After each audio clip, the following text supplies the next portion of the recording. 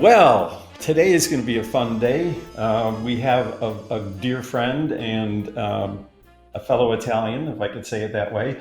We have Frank Cucco from Impact Networking. So, Frank, thank you for joining us on next week's Life podcast once again. That's a lot of words. I have to shrink that up. So, Frank, welcome to the show. Hey, thank you. Appreciate it. Happy to be here. Well, we're always thrilled to have you. You've been a really great advocate for the show, great advocate for the business, and obviously a huge supporter for the Executive Connection Summit. So we thank you for all of that. And I'm kind of curious. We took the opportunity to have a show with your son, with Yes, I saw Anthony. that. And so I'm kind of curious. He said a lot of very important stuff about the industry and about impact networking, but we have the added component of father and son. So we have legacy, legend, and new. So what did you think about the podcast? I thought the podcast was excellent. I think it was great hearing from somebody who is substantially younger than us, and what their vision is and what they see the future, and how he perceived the past of our industry, and what he really thought about the direction of everything, because he's lived this his whole life. And it was actually funny because I do a thing called Coffee with Cuco, where employees can ask me anything, once a month, and I'll answer it. And we're having a transition at Impact. We're going to have a new CEO, and Anthony's going to take over a position, and then obviously Jeff's the CFO. So one of the questions where they were concerned, like, oh, these people, what's their experience compared to yours? You've been around 25 years, you've ran the company, da da da. And it was funny because I said, well, Mike Lepper's been at the company for 17 years, so I think he has the experience. And my son's been here since he's 1 year old. So, they really grew up in this industry. It's when I was listening to him and speaking with him, I was really impressed with his maturity. So regardless of 1 years old, which I think I can relate to that, Jenna would probably agree with that, but he's a very mature and articulate young man, and I'm very impressed with your team. So he's consistent with the Mike Lepers and Cynthia Bennett's and Ashley, but an amazing articulate guy. How much time did you spend grooming him, if I could use that word, or preparing him for the role that he's in? Yeah, I mean, I spent a lot of time with him, not necessarily grooming him for impact, but grooming him to be a professional. I really didn't care if Anthony worked here or somewhere else, but I really wanted him to be passionate about what he did. And then I wanted to push him educationally because he's getting his MBA right now at Kellogg. That's something I never got to do, and I wanted to do it. And, I thought that would be great for him. So, I always pushed him along, really just to be successful, have a good, solid background and foundation to grow off of. And then I tell him, you're lucky I can help you do whatever you need to do. But I'll give you my best piece of advice. Do whatever you're really passionate about and that you love, because then you'll be the most successful at it. And I think he worked his way into this, because I don't know at the beginning if he was so hot on being here when he was out in the field as a college kid doing things for us. But I think he found his way as he went along, and he became more and more involved in the business. And then he really had a knack for managing people. He's very good with people and making sure that he treats people fairly and so on and so forth, which I think is one of my better traits. So that's a good observation, a good comment. As I was speaking with him, I was wondering, is he more like Frank or more like his mother? So, what would you say? I'm I'd just say curious. he's way more like me. Okay, Yeah. I think Jenna He would really say got the the same looks thing. from the mother, but he definitely got, the business acumen from me. Well, I'll tell you what, it was a really wonderful conversation, and It was. Impact Networking is certainly in great hands with guys like him and Mike Lepper and the team you've surrounded yourself with. And I'm kind of stuck on Anthony a little bit because I think it's safe to say that the generation that we're in right now with our business is in a huge migration, right? And we're changing owners, we're selling companies, And yet you look at impact networking, and you've got all these young folks with just tremendous excitement and skill. And how did that happen? It happened because, I mean, it was the company was never being built to sell. So it's easier when you don't have that game plan.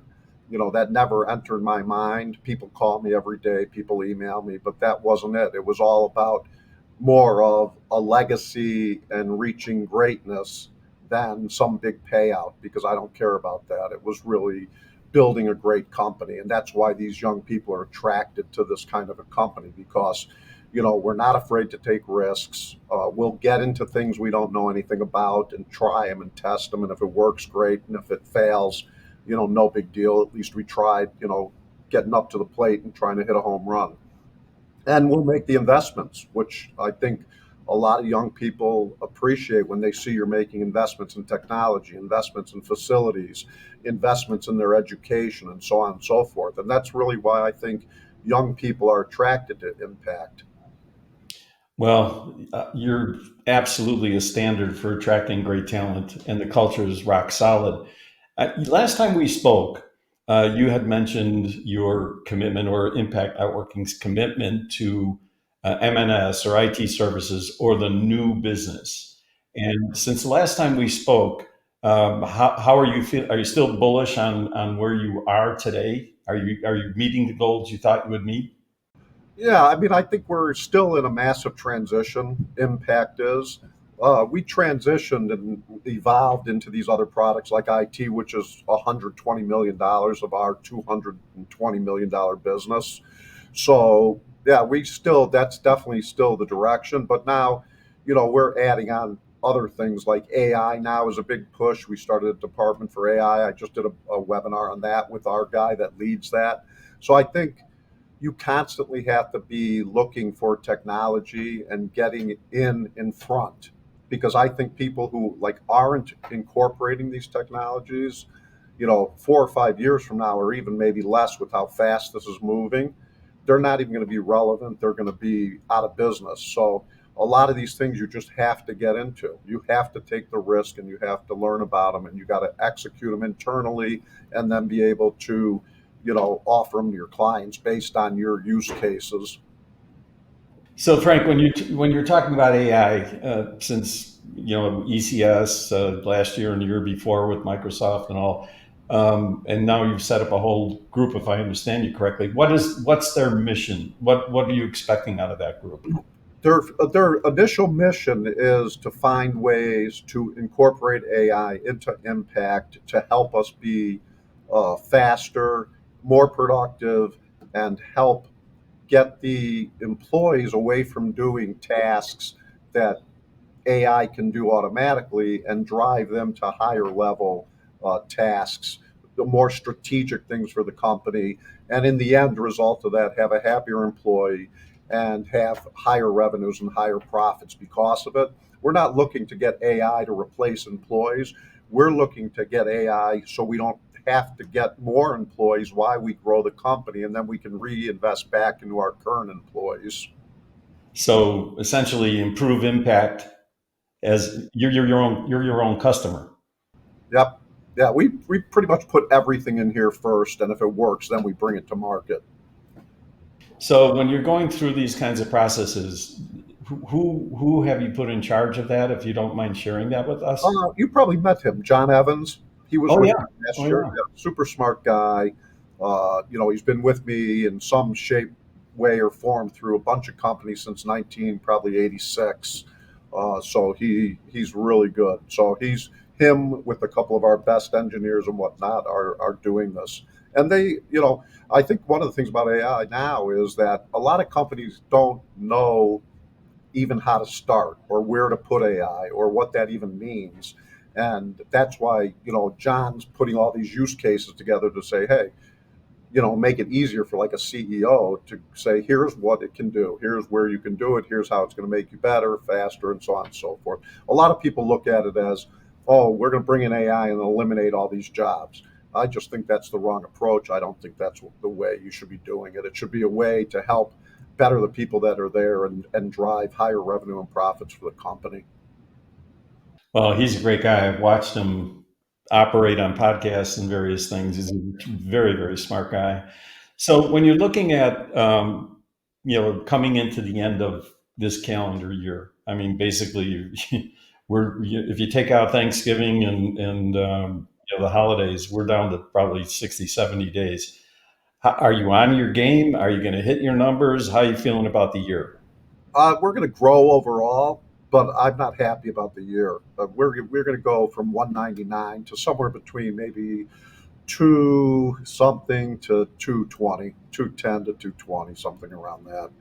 We thought we could do better than that, but we have internal situations. This company is being run, as you know, on an old ERP that's not conducive to our business, which is really now cyber, which is our highest profitable part of our business, and then IT. It just doesn't run well on that stuff. So now as I mentioned, we're converting to a different type of solution. So I think Impact is in a lull until the end of 2025 when our internal technologies will all be updated by that point. And then there's an educational curve because to sell the products we're selling today, it takes a much different salesperson. And if it's going to be the salespeople you have, then they have to be educated. So we're in conjunction with Kellogg, where Anthony's going, and we're starting to send our employees there to be educated properly, to be able to be more consultative, more like a KMPG or Deloitte or one of those companies, but on a smaller scale, obviously. So, Frank, when you look at your astronomical growth and the company you've created, and I hear you talk about all these young people, and justifiably so because they're really brilliant, and it brings a smile to your face. Actually, it brings a smile to mine. What are you surprised you're at this point? Yeah, I am actually, because I think there were a lot of roadblocks to success, and I think you got to be able to be tough-skinned in this industry, and you got to be able to drive ahead through failures and through lawsuits and all the bad things that come your way that can really bring you down.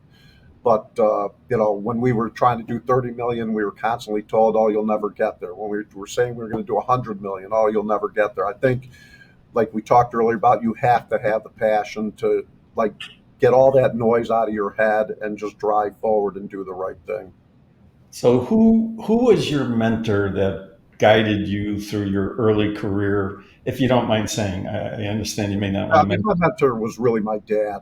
My dad was an OBGYN, but he had an unbelievable work ethic because back in the day there wasn't groups of doctors where you can doctor will work for a couple hours and then they go home. My dad worked 24/7, and I saw that, and that really instilled the discipline and the work ethic that I think you need to be successful today. And I think that's a lost thing. But see, someone like Anthony saw how I worked, and Dan and Tom, we put in the effort.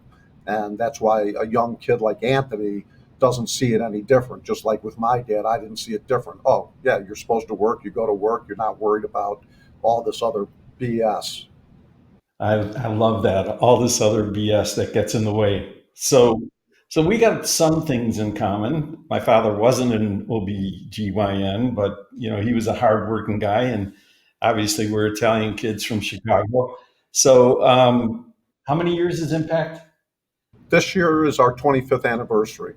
25th anniversary. Yep. Incredible. Yeah. So when you're looking out into 2025, and you have again all this talent and opportunity around you, where is Impact focused? What are the two or three things that you, as Frank Cucco, say we got to do this? This is mandatory. Yeah, I mean, our focus going into 2025 is getting a different management group other than Dan, Tom, and I. We want to step out of the day-to-day business, and we want to be more. We're creating two boards, and we want to be more in back what we used to do, which was more visionary and strategy. And I think the company will grow faster. We want to put a different face on the company. We want a younger look, a younger face on the company. creative, and so on and so forth. So that's why we basically fired ourselves or whatever, replaced ourselves with Mike Lepper, and my son Anthony is the COO, and Jeff Miller. They're all very young, all in their 30s. So they got a lot of legs left on them. So our strategy is, hey, let's give this to them now. All of them have been here a really long time, and let them go for the next 25, 30 years and continue the legacy of impact. That's a pretty proud and noble thing to do. I don't know too many individual dealer principals that would say, I need to get out of the way.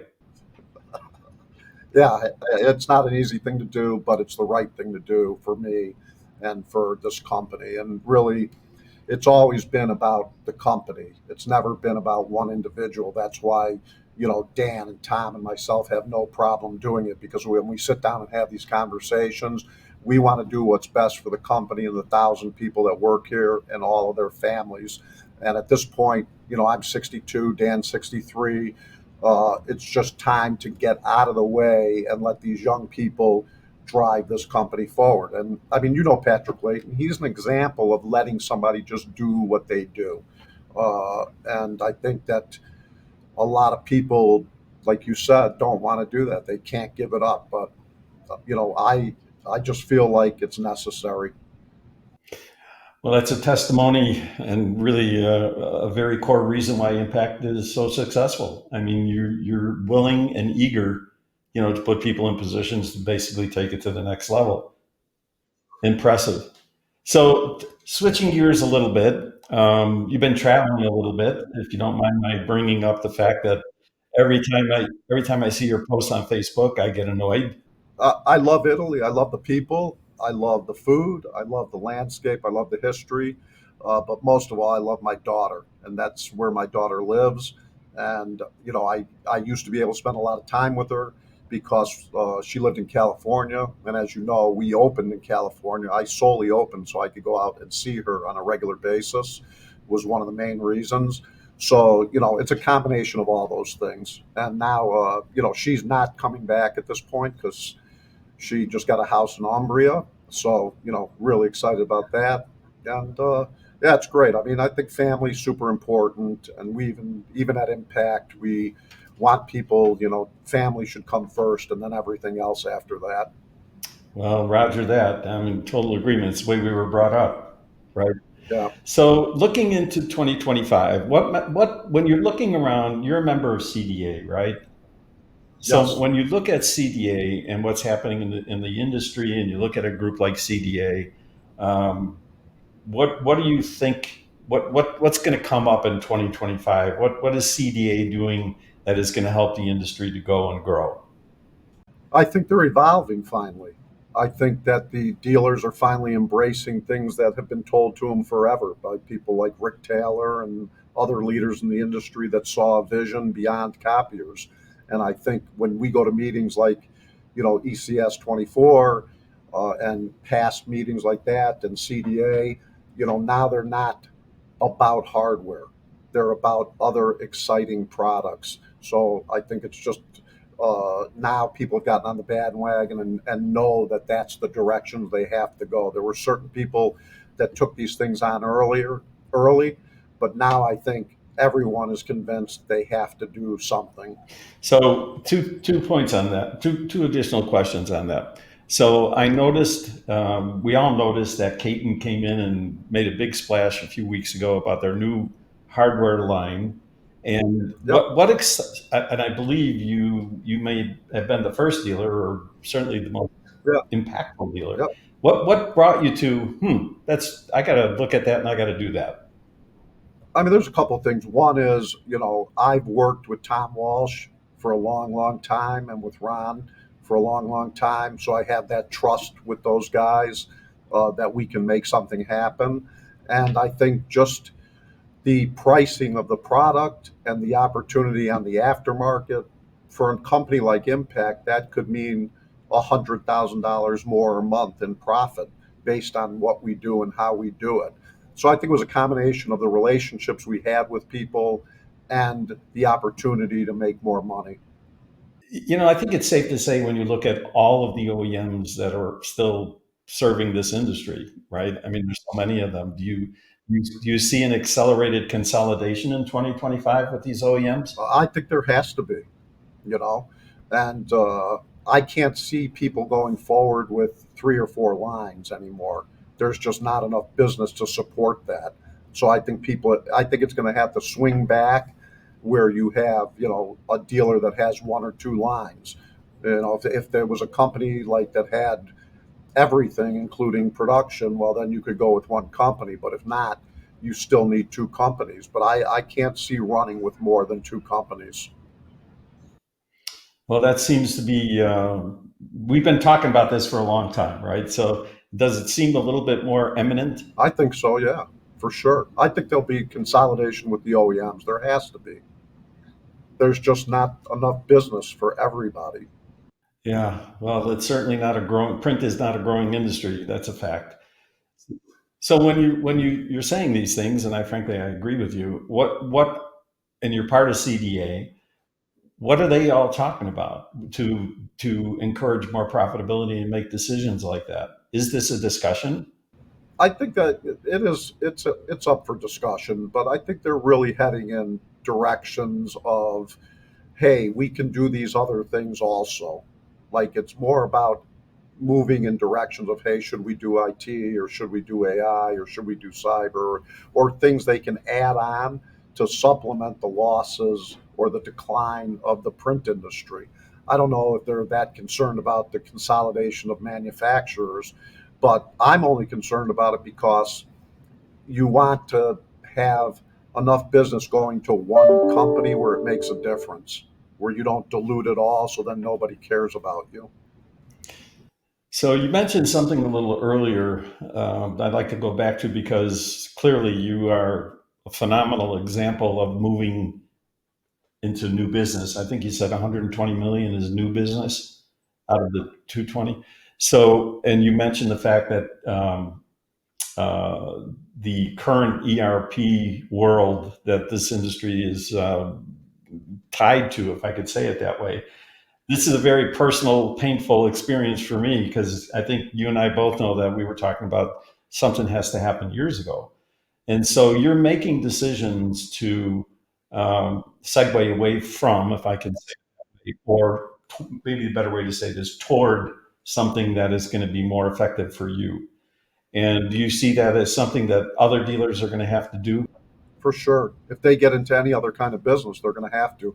It doesn't work, and I know it because we run big businesses and these other products, and it just doesn't work for those products. That it's that simple. It has really slowed down the growth of Impact.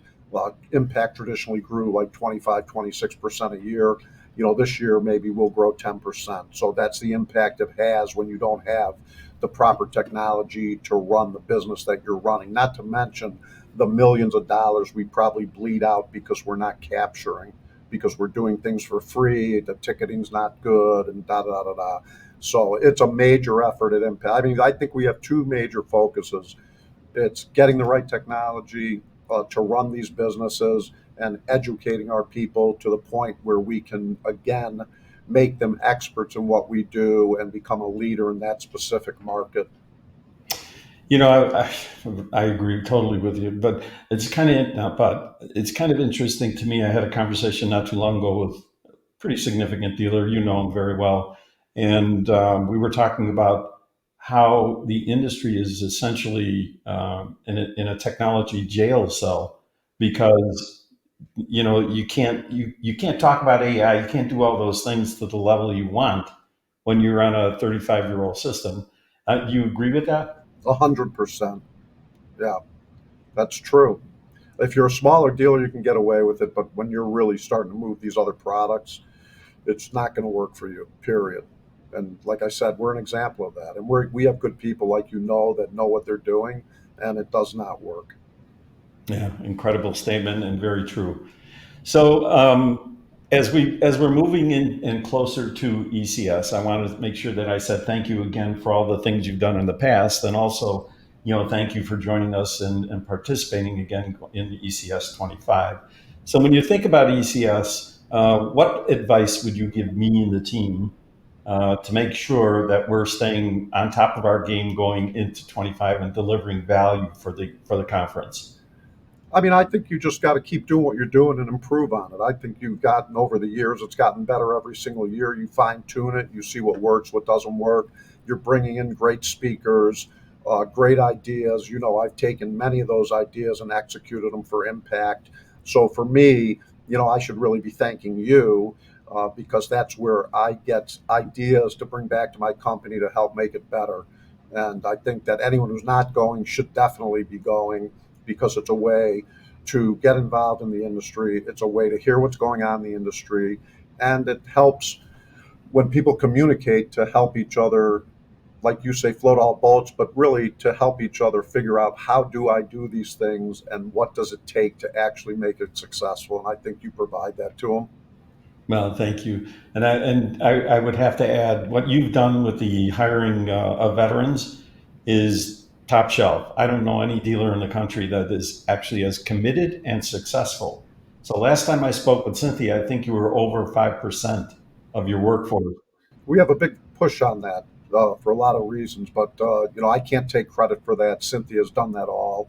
It came basically from you to me telling them to go execute, and she's done a wonderful job. I know she works really well with you, and we've had huge success with it, and we've gotten great employees that need a lot less training than other employees, which I'm really happy about because at my age and where I want the company to go, I can't be hiring kids right out of college. The learning curve now is too long. Well, my hats off to you. I salute you for it. I know that my son-in-law he's going to be transitioning out of the army sometime soon. So those things are near and dear to all our hearts. What message do you have for our industry? If you got a microphone and you're going to say, hey, this is what we really need to do. What two or three things are you going to tell them? I mean, the big things I think are you got to be able to take the risk. You got to be passionate about these other products that are in, and you can't do the things you did yesterday and think you're going to be successful tomorrow. And I would definitely tell anybody who is not getting into AI that they need to get into AI. They need to learn about it. They need to understand how it can help their company because if not, they will be wiped off the map because they won't be able to compete. Boy, I couldn't agree more. We got a lot of consultants. We got to use the products and make things better, right? Yep. It's a great So, industry. I love it. I love coming in every day. I still love it. And I'm more excited about it than ever because, like you said, we got a lot of young, great people, but we also have like phenomenal products that are coming out, just stuff that changes the world now. I mean, could we ever say we really changed the world with copiers? Not really. But with this new technology, we are changing the world by helping these companies being able to do what they do even better. So it's exciting for me. boy, I couldn't agree more with you. I think literally we are in the fifth industrial revolution. And anybody who's in denial about that, they're not going to be around long. So I'll leave you with a couple of thoughts. Since you've been traveling to Italy lately, have you been singing any new songs? I mean, Anthony said the song, that I really have been concentrating on now because as I kind of back out of my position, I did it my way. And I think that is appropriate for me right now. When I look back and all the things people told me, and even with my partners, when I did things they didn't like and whatnot, I could always say, I did it my way. I did it the way I wanted to do it. And whether it worked or not, at least I did it. So that's a good one for me right at this point in my life. So when we have you over at ECS and you have a microphone, that's going to be your song. Oh, good, awesome.